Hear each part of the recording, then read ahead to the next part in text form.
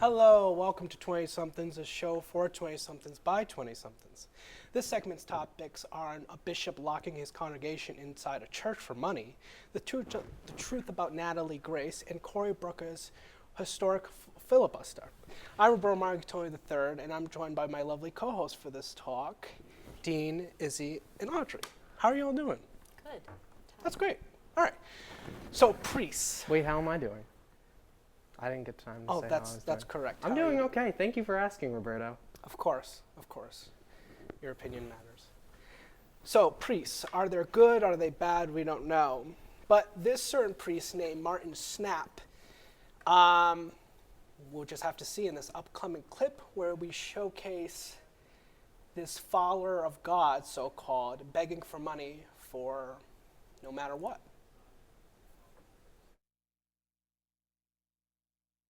There's 1,000 of you. I said close them doors. Ushers, close the doors. Close the doors. Close the doors. We all gonna leave together. Y'all ain't going no place but to the restaurant. There's 1,000 of you tonight, and those that are watching, it's 1,000 that's watching online. This is a small seed. If I get 1,000 online to give this, if I get 1,000 in the sanctuary to give this, that's $40,000 tonight. Martin Sapp in the clip. Martin Sapp, yeah, it's Martin Sapp. Martin Sapp. So, What's his name? Martin Sapp. Oh, okay. Martin Sapp. This one video alone has probably added like 10 things to my vocabulary. Now, if I want somebody to buy me something, I'm like, can you please plant a seed? Can you please plant a seed? Can anyone plant a seed? Also, if I want anything, I'm like, ushers, close the doors. I think that's just a rich video. I think there's like a lot to take.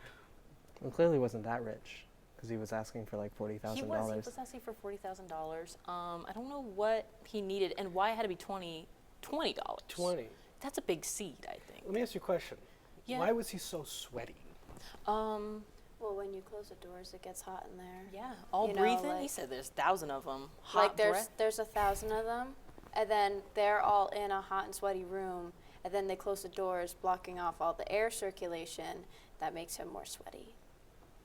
Science. I thought that was physics. Is Well, it? It's like Physics is part of science. yes. It's a category. I don't know. You know, like biology, chemistry, physics. They're Right. all sciences. Very confusing.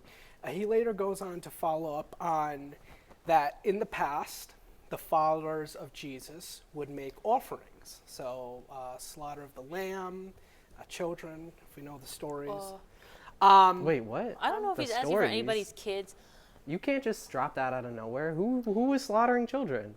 Well, No, slaughter. there's a story in the Bible that God asked a father to give up his son to prove that he was loyal to God, and then he went like, "Never mind, don't do it." But it was a test. Kind of fucked up. low-key. So the Okay, priest. that sounds Martin- like pledging. Sorry.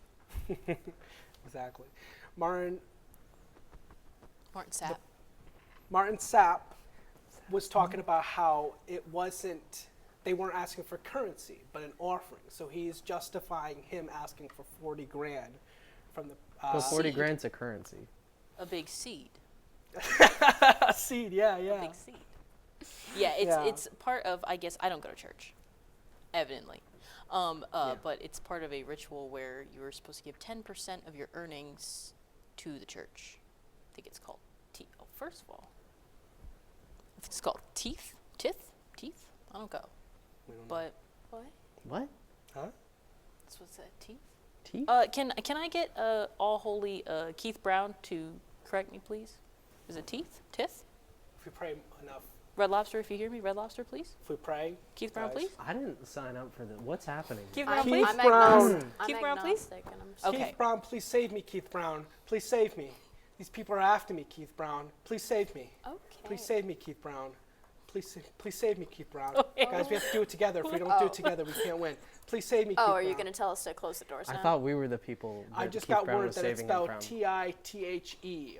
Oh, teeth. Thank you, Keith Brown. Is it I Teeth, yeah. You know what's different? Yeah, I went to Sunday school back in the day. Don't worry. Sunday school CCD for kids. Next story is infamous about apparently, so long ago, there was a story about an adult little person who infiltrated a family pretending to be a kid. In this upcoming clip, she wanted to set the record straight and took a DNA test to prove her age.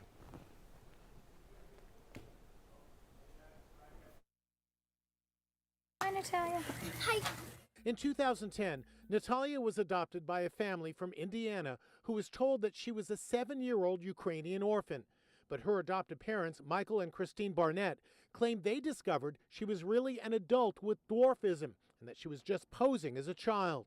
A DNA test shows she is currently 22 years old, which means she was indeed a child of 9, not an adult, when she was adopted in 2010. So from the clip we saw, Anyway, continue. From the clip we saw, Natalie was proven to be 22 when she took the test, and that would make her 9 years old when she was adopted by her first family. Since then, there was a TV show that came out on Hulu that apparently kind of took that DNA test and threw that out. As What was evidence. it called? It's called The Good American Family. Oh, right, with, oh my God, I forgot her name. Ellen Pompeo? Is that, nope, that's definitely not her I'm name. not best on actress names, but you know, it's okay. What about actors' names? You okay at those? Any actor, actress, anything. I'm really bad with names. Understandable. Yeah. Continue. Thank you. So, the series takes a darker turn on the story, taking more the infamous news route version and making it seem that she was an adult the whole time and that she was a psychopath. When in reality, in real life, she was actually 9. She was a child. She just had dwarfism. And she went from family to family. And sadly, also in the clip you just saw, it mentioned that she was with her new adopted father. Them too were not the best. So she had a hard life. Let's talk about the series. All of you took a look at it. And the ethics of portraying someone untruthfully. Well, I know, I'd say the series that I'm the most familiar with the Natalia case is the docuseries it's titled The Curious Case of Natalia Grace, which, I'm so sorry, they totally cornered that whole freaking title for Natalia Grace. I don't think anyone could get that peak. But I want to say on record, I hate her father very much. I forgot what your question was, but I do hate her father. And I don't like her neighbors either, because also in the other documentary, sorry, I'm not talking about the thing you just asked at all, but in the other documentary series, her neighbors, when she was living in her own apartment at 9 years old, they were confronted with the fact that she was at the time 9, and she wasn't just a crazy, clingy, unhygienic neighbor. She's actually a child. And they were like, no, I'm pretty sure she was an adult. No. There's just one older lady, and she sucked. So, fellas? sorry. I hated the dad too. Also, the show was terribly shot. Oh my god. The Hulu show? cinematography, yeah, Yep. not good at all. The mise en scène, Mise en scène? the mise en scène, Yeah. not good at all. And I feel like it with the actual documentary series that came out and also the multiple news stories, I feel like it's pretty much covered, and it kind of showed how heart-wrenching it was and how not everything has to be remade just Well, to be I've been dramatic. following this story since day one. Yeah. So yeah, this is obviously when I saw that series, I was very deeply affected, and I couldn't Why were you deeply affected, Archer? cause I don't know, this was just something that I had a very close and personal connection to, and it really sucks to see it play out that way. Are you secretly much older than we think you are? Actually, let's not go into that. It could be disrespectful. Disrespectful. My question, How old do you think I am, Roberto? I never guess. You can't anyone's guess my age? I'm really bad at names, age. Age? Well, I'm good at Height? height. Can you guess my height? You got that. How tall am I? I don't know. Couldn't guess it. You couldn't. So, Not even a moment.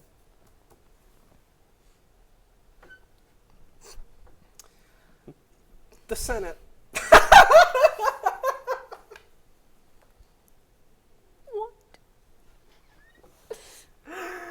Cory Booker really went on the Senate floor to waste time, as Fox News told. But this senator from New Jersey set out to have the highest runtime for a filibuster to protest the current Donald Trump administration. This clip will showcase his accomplishments. Donald Trump's the president? Sadly.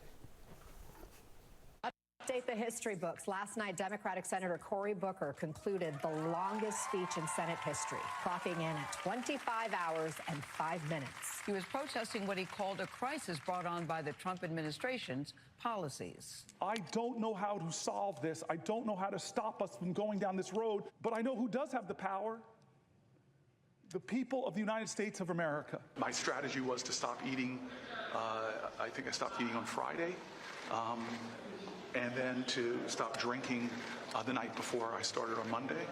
And that had its benefits and it had its really downsides. Yeah, 24 hours. That's crazy. 25. 25 hours. 25 hours. That's crazy. In his last quote for that filibuster, he's like, let's make some good trouble. Then he yielded the floor, and everyone erupted in applause. It's true. I was there. You were there. I was there. How did you get the credentials to be there, Audrey? I had an internship. Okay. All right. I'm a multifaceted human being, okay? You're also I might be a film major, but I also have a very strong, passion for politics. So I got to sit and I got to watch that, and I thought it was really interesting. You stood there for like the 24 Well, I 25 sat down hours? sometimes. You stayed there for 25 hours. Well, yeah. Full time. They lock the doors. They don't let you out while he's talking. just like Did they they did for ask you us for here at 40K? 20-somethings. They closed the door on us. Did they what? Did they ask you for 40K? No, I'm a politician. Why would I have 40K?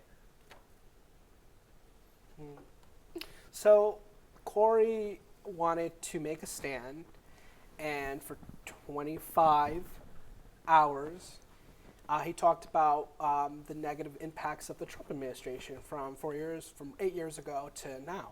So do we think this was effective? Well, a filibuster insinuates that there is something that someone is trying to stop from happening, like a bill that's going through, so they just talk and talk and talk so that no one can have the floor and they can't vote on it. Was he just talking to speak his mind, or was he talking to stop a bill from going through? I think that's important. I don't know. It's one of those interesting things where someone will just take over the conversation and they'll just talk and they'll just keep talking without any real regard for where that sentence is going to end, but they'll just keep talking about whatever they're talking about in hopes of running out whatever little time they have on the segment, which is kind of a weird thing for someone in that position of power to do, but Yeah, honestly, it is it's weird. really So interesting. Cory Booker it's one of those went things on the where you just don't floor know to for do a sure. filibuster to stop normal business. So there wasn't a big bill that was going to get passed. It was just to stop normal business. He made big headlines, big headlines. How big? Huge headlines. Dean, Yeah. let's talk about the ramifications of his actions. Just Dean? Yeah. I don't like any of the bills being passed, so if I could just hire a guy. In where I live near Mystic, there is an annual thing where you read Moby Dick for 24 hours. I think we should just start doing that every single day of the Trump administration for the next 4 years, and then nothing will get passed and nothing will further. And You guys ever read Moby Dick? no, It's a pretty good but book. if you want, you can go to Mystic and you can sit for. It's either 24 or it's 12 hours. I believe it's 24. What do we think? I'm okay. that- I like to stay on my safe side of Connecticut, Fairfield Do you like County. Moby Dick? Mystic is Scary, pretty you know? safe. I love Mystic, Connecticut. Ever It's since very I went there when I was a beautiful, but child, not- you but- know, like I have these beautiful memories since of I going was to a the child. aquarium and like, you know, seeing the dolphins, the beluga whales, They don't the have many dolphins other there, sea they just creatures have that they have there, of which I will now list for all of you. They have crabs. They have assorted kinds of fish. When I was there, they had this whole exhibit dedicated to the Titanic. Speaking of the Titanic, there was this Cory whole like loved- tank Cory where you Booker could look loves Titanic. at the like. So let's go back to Cory Booker. Last in thoughts, Audrey. Do we think that his actions here could actually have real positive consequences? It's kind of a loaded question. Positive consequence. Positive Sorry. consequence. Sorry, All I right. stuttered. Positive That was consequences is a double negative. 20-somethings Contradicting. TV. Thank you for joining me with Audrey, Izzy, and Dean. Join us next time, and I hope you had a fun time. I did. See you.